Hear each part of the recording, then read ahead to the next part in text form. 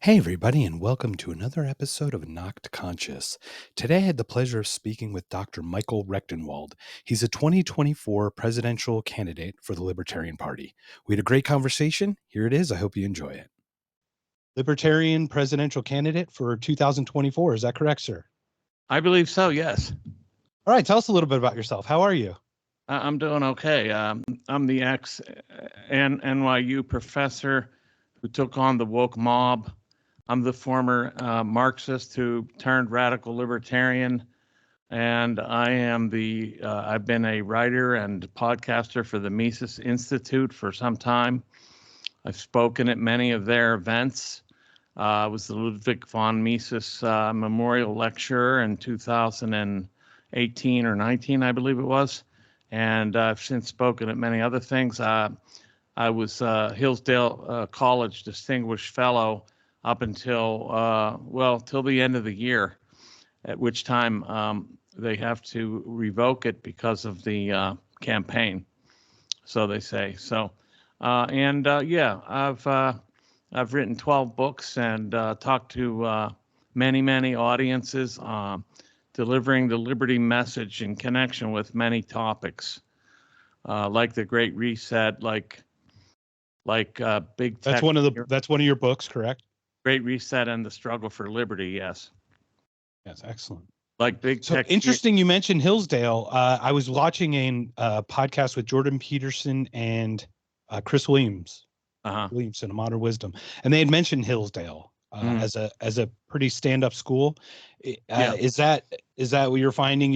They had to pull it because of the campaign portion. Yeah, I think it's because of the campaign. Hillsdale is a great institution. I wouldn't bash them at all. They are, one of the only colleges in the country that takes absolutely no federal funds at all. They thrive strictly on donors and student tuition. So they're as such, they're not beholden to the federal government, don't have to implement its dictates and so on and so forth. Yeah, so it's a good place. I'm a little upset that I lost the fellowship over this, but we'll see what happens in the future. Well, I mean, after this journey, there's always that coming back around, right? Hopefully. Yeah. Hopefully that'll come back around. So, okay. So obviously we just saw a new thing blow up about X regarding the EU. We've got a million topics to discuss. Like I said, I want to be the co-pilot. I'm here for you to share your message. I'll ask the questions that I hope help enlighten. And if I try not to be combative, but I do want to challenge or at least ask for clarification. So sure. I'll follow your ride. Let's start with topic one. I'm along for the ride. Okay. So the X suit or the yeah, we can start with that. Yeah, there's been proceedings that have been initiated by the EC, the European Commission, which is like the executive branch of the European Union, to investigate and perhaps punish X for what it's calling suspected breach of obligations to counter illegal content, disinformation, suspected breach of transparency, and deceptive design of their user interface. So this is the first. This is all falling under the Digital Information, the Digital Service Act of the EU, and X is the first company to be attacked by this body after this law was implemented. So this could have significant impact on X because, for one, if they don't come into compliance with the EU could actually banish all users in Europe from using X. That's one thing, and they could also fine X up to 6% of their global receipts. So we're talking a lot of money. That's the one I heard was a 6% piece as well. It's just a staggering number. And I believe they even included, I heard hate speech was included in that, but I may not. Yes, it is. It wasn't. Okay. Yeah, there's questions about anti-Semitism, hate speech, things like this, which they're calling on X to, well, they're calling for an investigation of X on these matters. In fact, they already investigated them. And so they opened up these formal infringement proceedings today. This guy, I think his name is Breton, yeah. He's the EC's commissioner on this, who is in charge of enforcing the Digital Service Act on the social media platforms and search engines. So this will be significant because not only could they lose their EU users, they could also, most likely what they're going to do is actually X will be forced to abide by the EU's content moderation policies. So this will apply to all users of X most likely, so that you cannot say things that the EU does not allow, which means that you are going to be censored by the European Union. And that this reminds me of those state laws where they have like a labor law. Say you have a company that works in 5 states, right? And basically, just to make it easy, they just do the standard operating procedures for the most stringent state. That way their training covers all of them, right? So by doing that, they're going to apply this to like the EU to speech, so that we are going to have to abide by the lowest or the most stringent country that is desired to be on X. That's correct. It'll probably be Germany. Oh, that sounds like fun. Yeah, Germany will be. Sign me up. Sign me up, doctor. So what that means is like what they're going to do is X will be more stringent and more censorious than it was under than Facebook. Than it was before Musk bought it. This is unbelievable. Well, this definitely is a hot topic right on the forefront. I mean, it speaks to why we are here. The reason you're running is for free speech. I'm pretty sure that's a darn big tenet of it, right? Right. That's a huge tenet of it. Free speech, freedom of association, freedom of movement, all of the things that have been infringed over the last, several years to a great extent. We've seen the social media censorship used through the Twitter files and the Missouri versus Biden case. We know that they had all these agencies had backdoor access to Twitter and probably Facebook and other social media platforms to squelch so-called disinformation and conspiracy theories, and to make sure that the official narrative goes unchallenged by any counter narratives or differing perspectives at all. So all of this is very significant. And I'm in the race to fight for that, against all of this, and for liberty. I don't believe the state should be dictating to a company what they can and cannot do with their own property. And here we have a foreign entity, a foreign state conglomerate that is dictating the policies to an American company. It's just unbelievable. Yeah, it's not even a foreign company. It's a foreign state dictating to an American company. Yeah. It's a federation of states, in fact, dictating to an American company what they can and cannot allow on their own properties platform. It's unbelievable. So, these are the kind of things I've been writing about big tech. I have a book called Google Archipelago, the Digital Gulag and the Simulation of Freedom, in which I treat all of these issues. I was way ahead of the curve, I must say. I knew that these were state apparatuses back in 2018 and was saying so in that book. You're going to see a lot of issues because, like Germany, for example, you can't even question certain things. We know what they are. For example, you can't say a word about the Holocaust other than what the official narrative is, or you're in jail. So they're certainly not going to allow that. They're not going to allow a lot of things, like basically anything questioning any official narratives, like the COVID narrative we had, like upcoming pandemics, like possibly climate change. You may not be allowed to refute or dispute or deny climate change. That could be climate change denial, and that could be something that's not permitted. So this is a very serious situation, and I'm looking to see how Musk handles it, but it could be very painful for him. It's an uphill battle for sure. Yeah. Now, in this case, recently you've come under some heat. So you're an international author. You're not just Yeah. in the United States.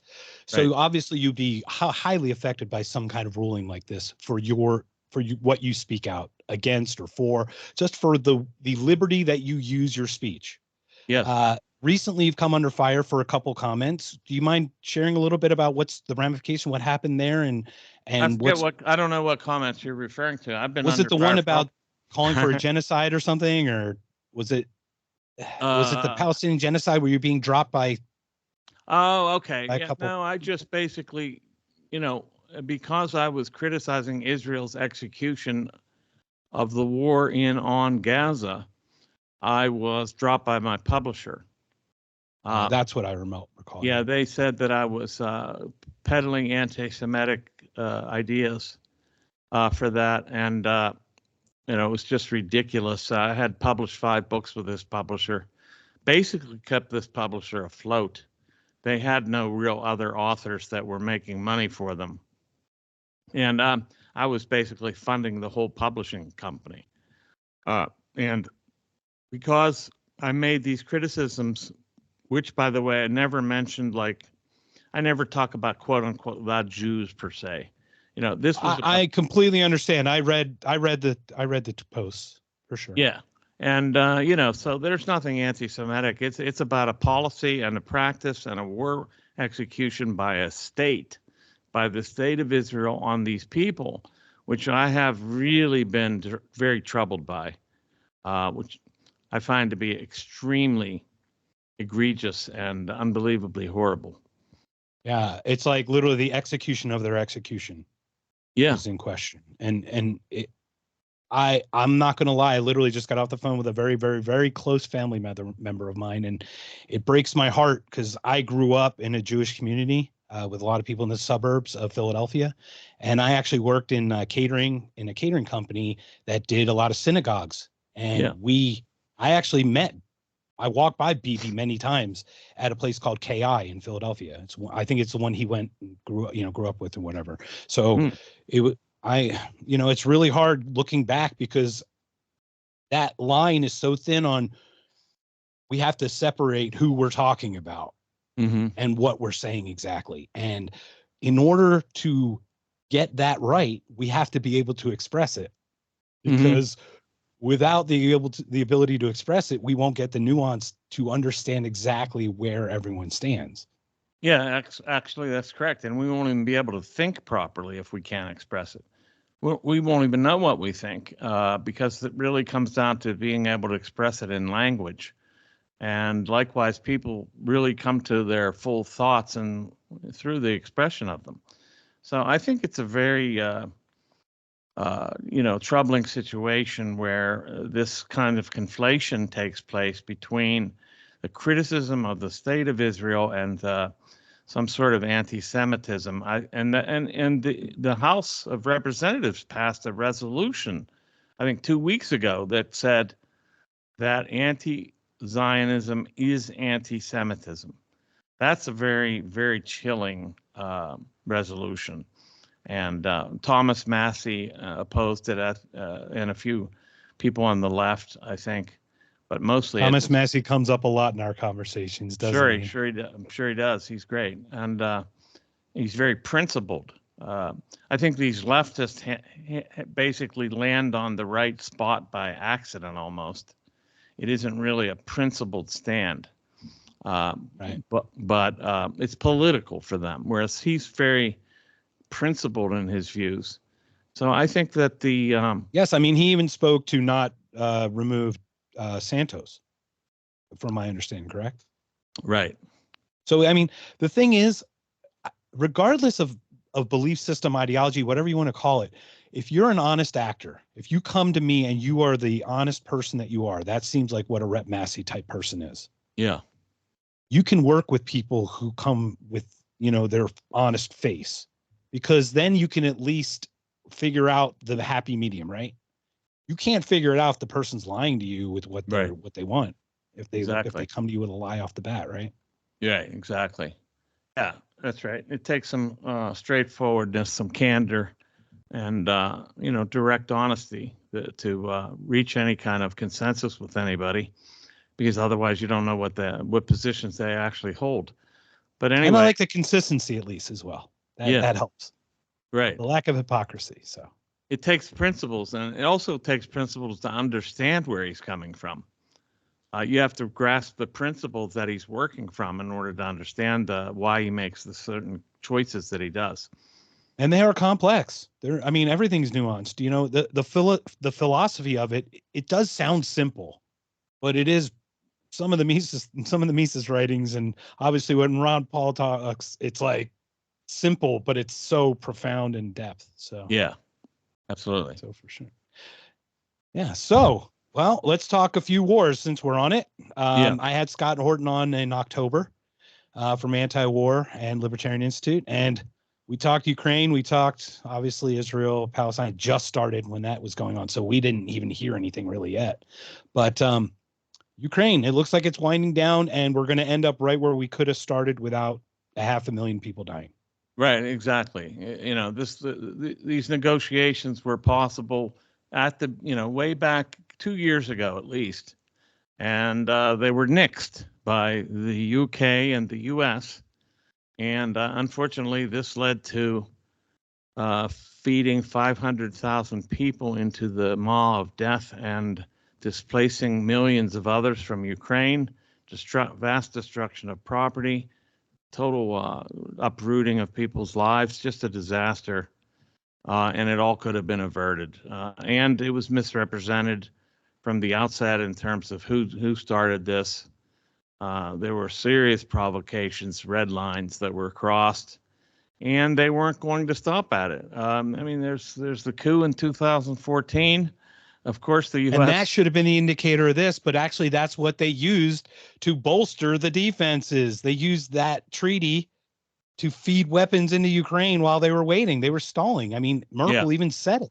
Right, exactly. It's unbelievable. They're just telling us that they're just screwing us in every way. Yeah. Like, I don't understand how they're able to even do that anymore. They just completely say it now. They're just very creative liars. Yeah. And they're very good at basically totally inverting reality and the truth. That's what they do. They know the principles. The bigger the lie, the more likely it'll be believed. So let's go wind the clock. You're president at the same time. That treaty that I hear, the one that Putin held up and said that was signed, right? The Minsk. Was it in Turkey? I believe it was. You mean the Minsk agreement? No, the one after. Oh, okay. Allegedly, Putin held up the one that was before they invaded in February of 2022. Right. I want to say, is that correct? 2021. So when they invaded, so he held up the one where they had pretty much, it just was waiting for the ink to dry, right? And I think it was done in Turkey or whatever. So you're president, you hear about this. What do? You tell us your solution to that problem, because I think your solution, I'd love to hear how you'd solve it and where it would go from there. Well, I would have allowed the negotiations to go on and to allow Russia and the Ukraine to solve the issue. Basically, I think the offer on the table was simply that Ukraine would agree not to join NATO. That was the sum total. It almost seemed as simple as that, didn't it? It literally was. That was the red line. Yeah. So wait, so you're telling me that you might actually not interfere and let two separate states with interests in their own things actually hash it out between the two of them? Yes, absolutely. Wow. And that wouldn't be that is not the U.S. or the role of another state to be the complete orchestrator of all events across the planet. How did the Monroe Doctrine become the anti-Monroe Doctrine for our actions? Yeah, exactly. How did that happen? I mean, do we have a time frame of when you would say that? Was it with Mexico, or was it with? You could say Mexico was probably the start of it, but in more recent times, I would say you're looking at, I guess the Korean War and the Vietnam War are really big,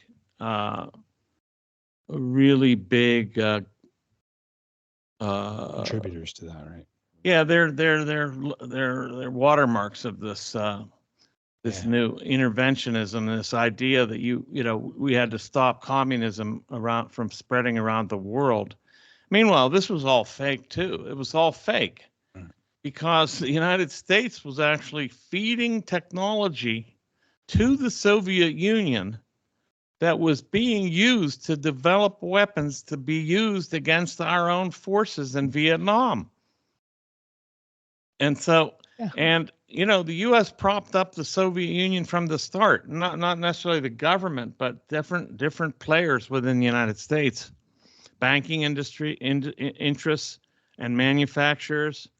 And there was a lot of technology transfer to the Soviet Union to build them up and which allowed them to create the arms that then were shipped to the Vietnam that were used against the U.S. troops.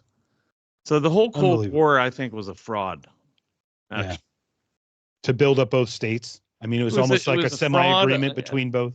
It was a fraud statism. It was a fraud of statism, just to build up the power of these various states, and then what was the result? That power became oppressive over their own domestic populations. Right. Well, remember, somebody had to get to the moon first, Michael. Right. Yeah. I mean, look, don't get me wrong, that's a beautiful accomplishment and a beautiful achievement to go for. I'm not against that. It's just the reasoning we did it was more to beat the other, right? It wasn't really just for the accomplishment of humankind. Right. It was to do it first. Right? Yeah, they beat us with Sputnik, and they did. We beat them to the moon. I'm not going to go there. All right, so we covered speech a little bit. We covered non-intervention, or at least your idea of how you would handle some international policies. What's another tenet or another piece that you'd like to discuss, something you'd like to share that you need to get out to the people? Well, I think that my campaign's more than a campaign. It's a movement for decentralization and localization. The basic premise is to wrest the power from the central government vested in the people at the local level, nullify unconstitutional laws and mandates, and to basically live liberty at the local level as individuals, because they have to drive their imperatives down into the fabric of society at the local level. Otherwise, they don't achieve what they're looking to do.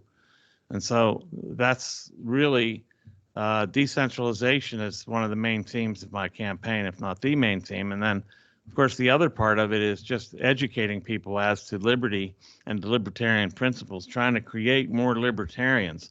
The party needs to grow more libertarians. It's not going to win elections at the national level or even the state level for the most part until there are more libertarians there, Right. So, and it's almost like it becomes this weird cycle of you have to receive some percentage of the vote to stay alive, to stay, to stay valid, right? To stay awake inside each of the states, to stay valid on the ballots, correct? On the ballot, and then also. So there's a lot of pressure there to keep the momentum going. Yeah. Once you have it, it's not just getting it, it's keeping it as well. Right, and getting matching funds and so forth. So you need 5% for that. And I think that for the most part, in fact, all the way, all the other candidates from all the other parties, and inclusive of most, if not all, the independents, with Jill Stein as an exception in the Green Party, is a neocon at base.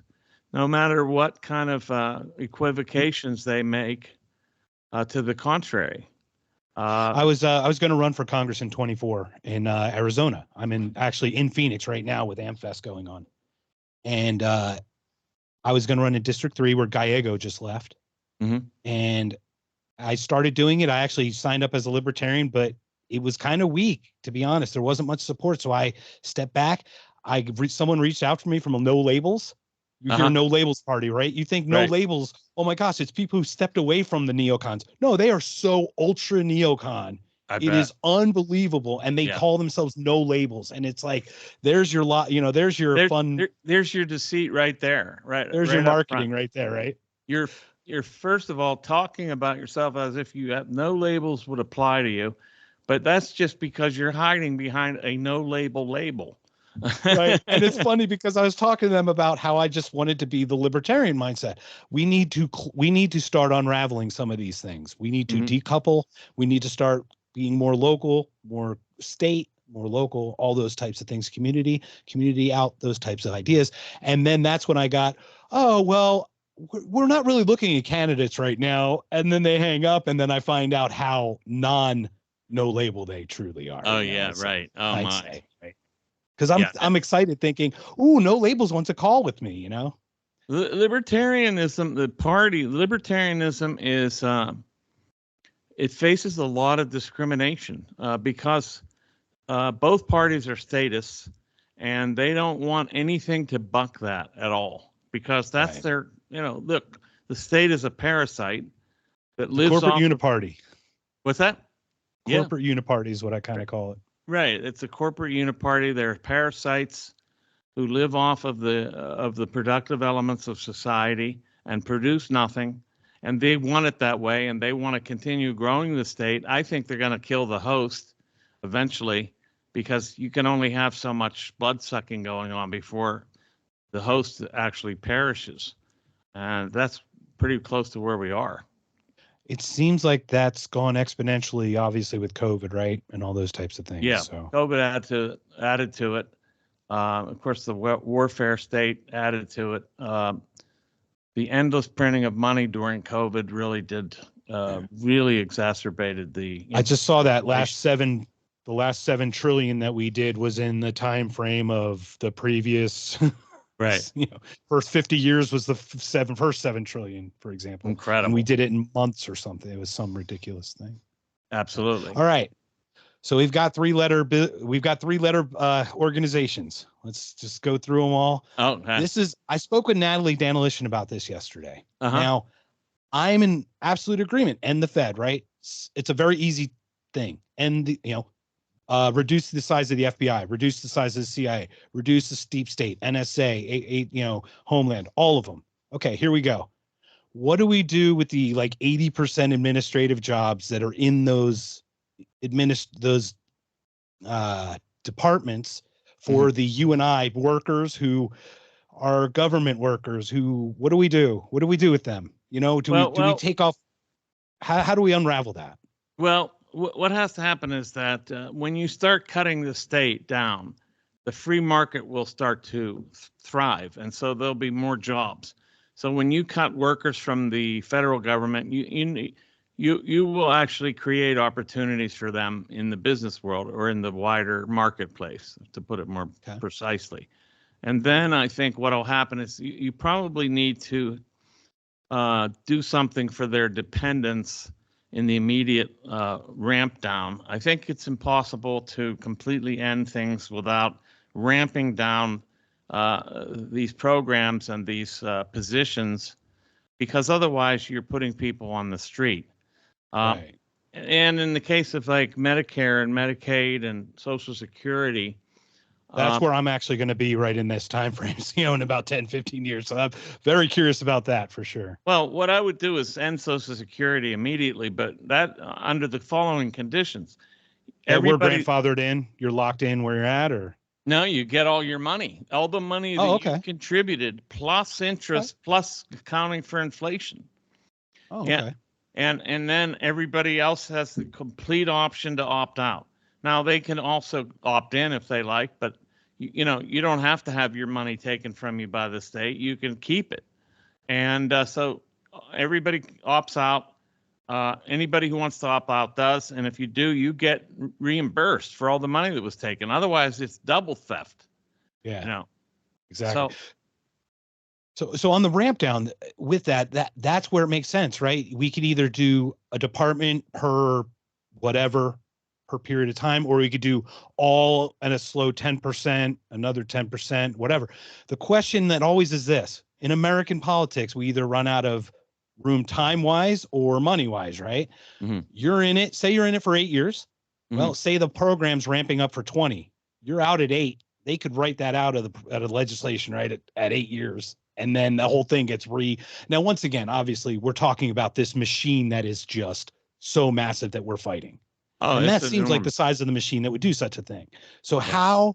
how can, like, it almost seems like we have to do wrecking ball complete and deal with the shambles, which I don't want to I hurt agree. Americans. That's the symbol of my campaign, wreck the regime. Right. So it's a wrecking ball to these agencies. Just knock them the hell out. Then see what you need. Yeah. Get rid Yeah. of. I mean, I don't mind a transitional something for these people while we find something, but Yeah, I would rather have the institutions as they are, not be as they are. exactly. For sure. I would Okay. eliminate them, and then even the FBI, I would eliminate it, and then we'd see what we actually need. Eliminate the CIA, and then see what, in fact, intelligence services we actually need. Right now, these are not serving the United States, or I should say, the United States citizen. They're serving the state, and they're oppressive, and and I think today they're serving a global agenda as well. They are with the NDAA and the 702 re-up, right? With the Right. new, I mean, do you mind expounding a little bit about the 702 and the NDAA legislation?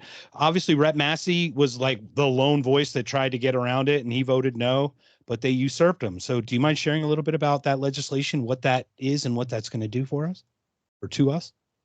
When you say NDA, what are you referring to? The NDAA, then isn't it the National Defense Authority Act? They Yes. re-upped the 702. Oh, yes. Okay. Of course. Yes. I'm sorry. I thought you said That's NDS. okay. Yeah. I Yeah. speak quickly and probably mumble more. So Yeah. The NDA. Yeah. Well, what this does is it actually is going to enhance their ability to surveil on us. And even more than 9/11, correct? right. Even more than the Patriot Act. In the Patriot So Act. this is just astounding.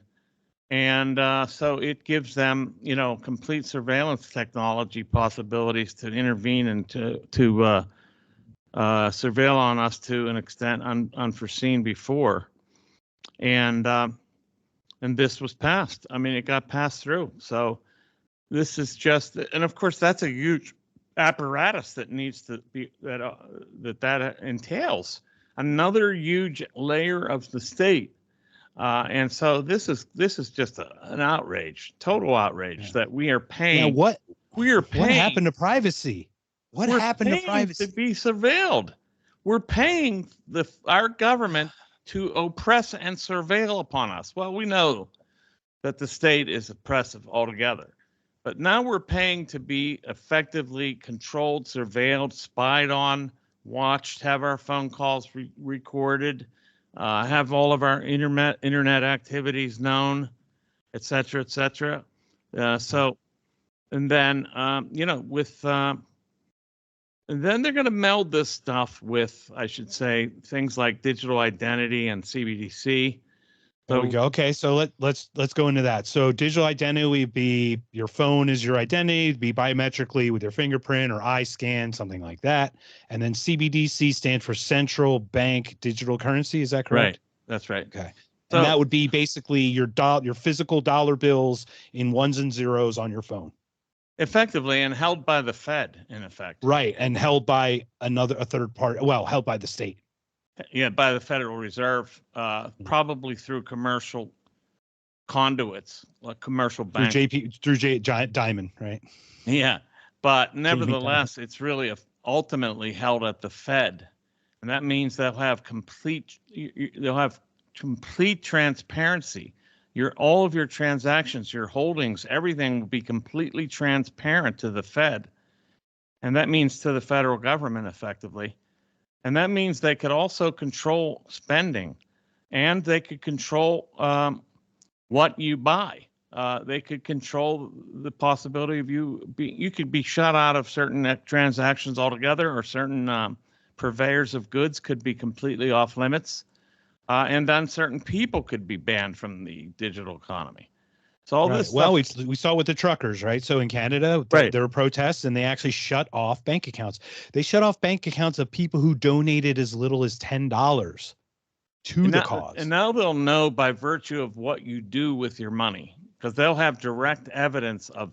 So let's say they pass some more climate executive orders, and some of them contain the gas allotments, personal carbon footprint tracking, carbon footprint stuff.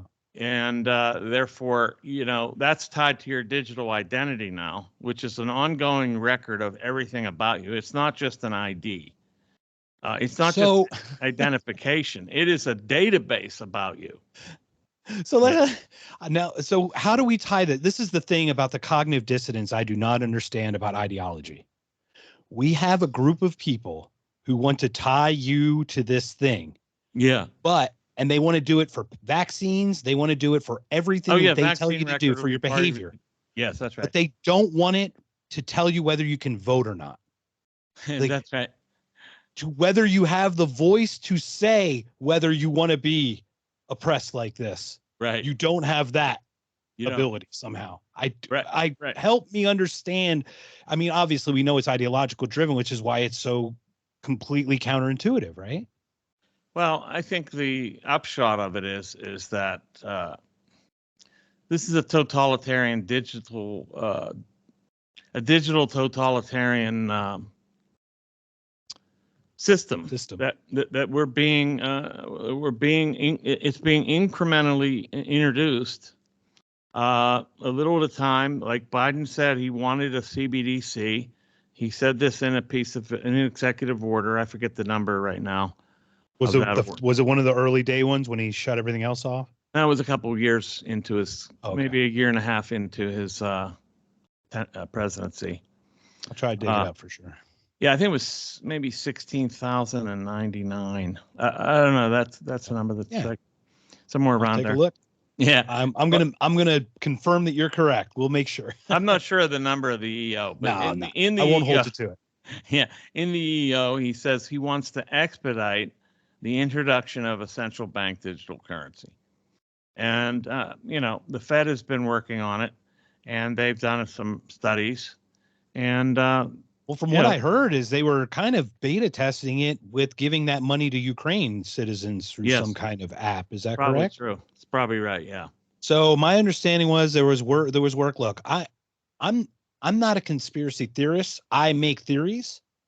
They are conspiracies, but I'm not a conspiracy theorist. So just like all of us, we look at patterns and we make educated guesses on the patterns. Right. And a lot of times we're right and we are wrong a lot of times too. So totally okay. But from what I heard, it sounded like the banks were working together with the Ukrainian government to get an app and use the money, just digitally and go, hey, let's see how we can test this.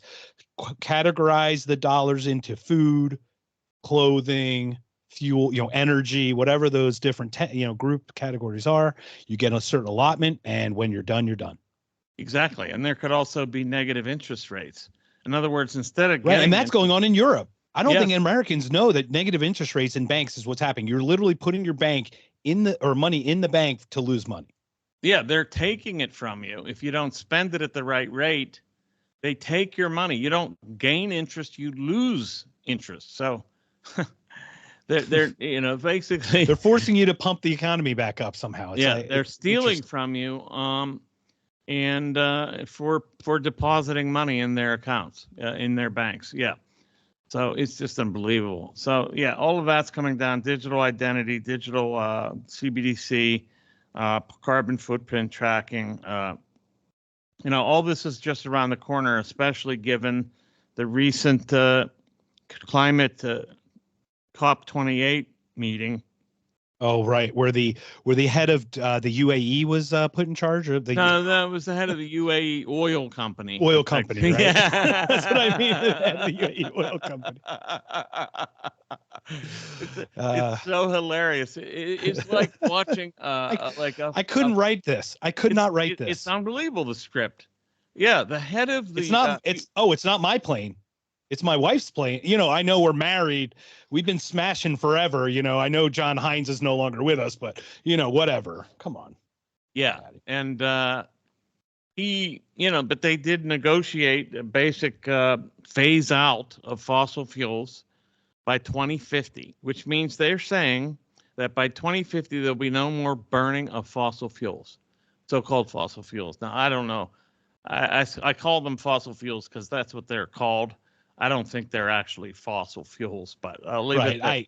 We get it. Petroleum products. How about that? Yeah, let's put it that way. Petroleum products. Brown petroleum products. I think they come from the igneous heat of the earth, and this, basically produces this melted substance that we use. But yeah, there are certain thoughts about the iron core, right? The core spinning, creating the magma, and all that. Yeah, absolutely. Yep, that's right. And I'm not here to talk about that part because that doesn't even matter, does it? Does it even matter? Really. I mean, it's so like not even a point. The only thing that matters from it's the idea of peak oil, which is long gone. That's right. That's idea. True. But yeah, that idea is history anyway. We know there's plenty of oil. So let's talk energy. So what is the future of energy in your estimation? Well, the future is, I think technology will develop as of its own accord. But right now they're trying to force this development of renewables and stuff and EVs and all this down our throats. This is not mature technology, and it's not organic. It's not organic at all. And that's a problem. Yeah. Especially with the free market capitalists that you're talking about, it has to be an organic driven movement from the desires of the people and the consumers. Exactly. People aren't asking for this. This isn't being produced because people want it. This is being force fed. And I think the future of energy is in jeopardy because of these climate catastrophists and their globalist ambitions, frankly. I think that they use this catastrophe, this so-called crisis, in order to usher in, they call it a global crisis. So what is the only thing that can solve a global crisis? Well, it has to be global governance. So that's what this is all about. It's all about the governance and the impositions and the control systems that are putting in place supposedly to mitigate this. But I think the ends are the means. That's always the case. The means are the ends. Right. Yeah. All right. So the same thing. Yeah. The ends are the means. The means are the ends. So if I may, is nuclear an option for you on that? Is it an open option? Nuclear power is definitely something that's been poo-pooed by these environmentalists for no good reason. It's the only one of two other sources that have no. It's the only one that'll get to fusion. Yeah, fission will get to fusion, right? Yeah, it's the only one that'll get us there. Yeah. Right. Anyway, absolutely. Sorry. Go ahead, please. I'm sorry. Yeah. So there's two power sources that don't produce, carbon emissions, and yet the climate lunatics don't want either of them, and that is hydroelectric. And think about all the lead that's in the solar panels and all the others. And man, winter. That's the environment. And on top, let's share this with the world. I don't think everyone knows, but my understanding is I talk with my mom, and we live in the East Coast. She lives in Philadelphia, and allegedly off the Jersey Shore, they had to shut down a wind farm because it's not economically viable. Yes. Is that correct? They actually are shutting it down because it's not economically viable. With all the money that the government's pumping into it, it's not economically viable. Unbelievable. So they've had subsidies and grants for development and, years of development, and it's still nowhere near, not even close to being able to sustain civilization. These renewables, they will not sustain civilization. There will be a rapid decivilizational process and a complete decline of the industrial base of the Western and possibly the whole world as a result of these insane climate imperatives. So absolutely. It's just unbelievable. So I've been fighting this too. I've been writing about this quite a bit. I wrote 2 articles for the Mises Institute on the 4 about this. Okay. Yeah. Excellent. Yeah, well, I'm looking forward to it, and I'll link everything to the episode as well. So, so we've got that. There's obviously ecological issues with what's going on with it seems like mammalian water creatures like whales are not faring too well with what they're experiencing from whatever is going on with the, I guess, anchoring of the wind turbines or whatever offshore. The wind turbines, The sound of drilling or whatever, the hammering. Yes, they're killing, very large, complex mammals, whales, with this. Right. So it's and here, meanwhile, we switched to plastic or to paper straws, so we're okay now. Yeah. Once again, it's like, what are we doing? Yeah. Like I just want to show. I don't like telling people that it's not me lecturing people. I just want to show people where the insanity is, but I can't tell them that it's insane. I can only show them where it is, and then you have to connect it. They have to see it. Yeah, likewise, similarly, like with these wars. I mean, they never talk about the so-called climate impacts of these wars. And if it's really true that carbon dioxide is a pollutant and a greenhouse gas, which I deny, okay, then they would be concerned about the kinds of carbon emissions that come from these wars. Right. I'm going to share. I'm going to share one conspiracy theory, Doctor. Yeah. I'm going to do it. Go ahead. We saw Greta Thunberg on the field in Ukraine. Mm-hmm. And I sit there, I'm like, what is environmental about war? And then I just saw an article 2 days ago, something about the war in Congo over the last 6 years. It's been cooler because of it. They're promoting the war. They want less carbon. We've talked about it. We are the carbon that they don't want. So let's be honest, 500,000 male Ukrainians equals 0 birth rate. That nation is gone. Done. That's 30 million people in a nation that have dispersed and now gone. So they're seeing war as a carbon net removal. Zero policy.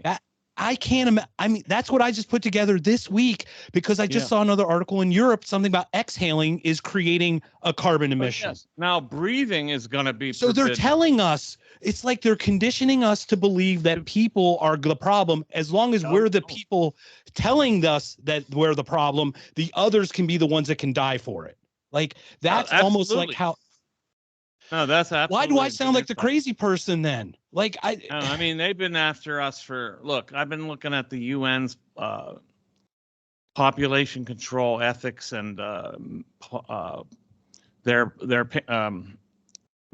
panels and their white papers and everything. And they've been talking about basically they see the mass of humanity as a scourge on the planet, and we're consumers. That's all we are.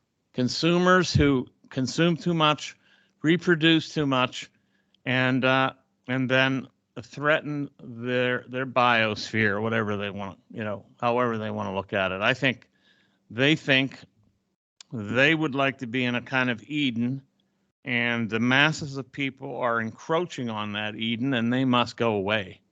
And they think they can get rid of a lot of people, I think. Yeah. And I was just trying to understand where are the eco warriors, where are the climate warriors talking about war? And then I see war has made the climate colder in the Congo or something. And then I see exhaling is creating all that. It's like, now it's dings. It's like the epiphany.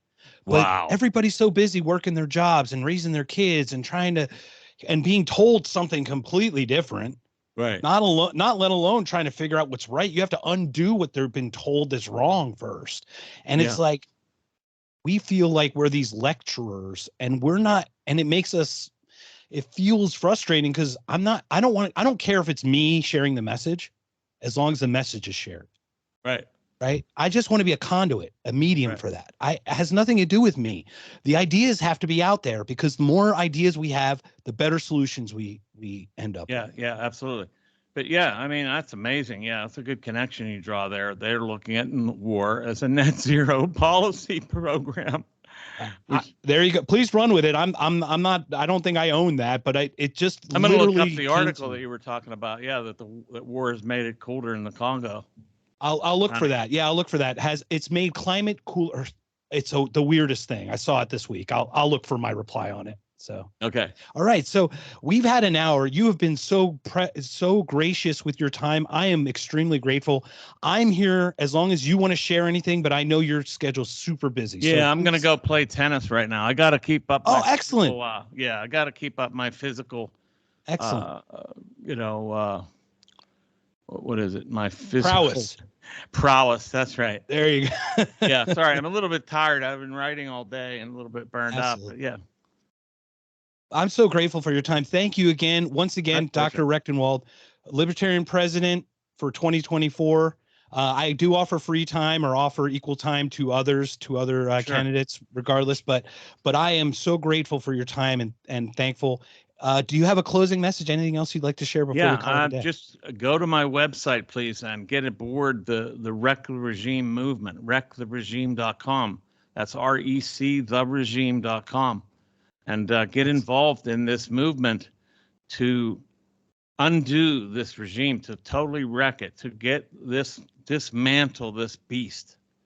That's what we're up to. Excellent. Thank you so much. I'm so grateful. Have a great day, sir. Take care. You too. 1, 2, 3, 4. Good night, sweetheart. Well, it's time to go. Good night, sweetheart. Well, it's time to go. I hate to leave you, but I really must say, good night, sweetheart. Good night.